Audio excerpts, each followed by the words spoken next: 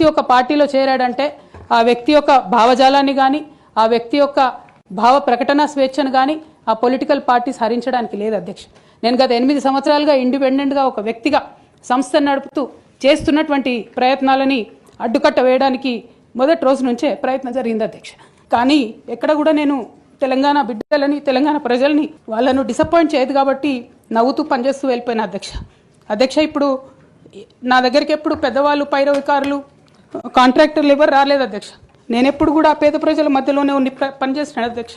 నా దగ్గరికి వచ్చినటువంటి బీడీ కార్మికులు కావచ్చు, బీడీ టేకేదారులు కావచ్చు, అంగన్వాడీ టీచర్లు కావచ్చు, ఆశా వర్కర్లు కావచ్చు, ఐకేపీ ఎంప్లాయీస్ కావచ్చు అధ్యక్ష, అదేవిధంగా జిహెచ్ఎంసీ కార్మికులు కావచ్చు అధ్యక్ష, టీచర్లు కావచ్చు అధ్యక్ష, నిరుద్యోగులు కావచ్చు, ఆడబిడ్డలు కావచ్చు, సింగరేణి ఉద్యోగులు కావచ్చు, కరెంట్ ఎంప్లాయీస్ కావచ్చు, ఎవరు వచ్చినా అధ్యక్ష నేను కాదనకుండా నాకెంత వీలైతే అంత పనిచేసి పెట్టేటటువంటి ప్రయత్నం చేసిన అధ్యక్ష.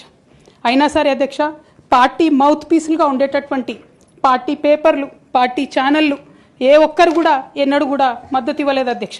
అయినా సరే ధైర్యం వదులుకోకుండా మొక్కువని ప్రయత్నంగా నేను ప్రయత్నం చేస్తూనే వెళ్ళాను అధ్యక్ష. తెలంగాణ రాకముందు బీఆర్ఎస్ ప్రభుత్వం ఏర్పడకముందు ఒక మాట అనుకున్నాం అధ్యక్ష.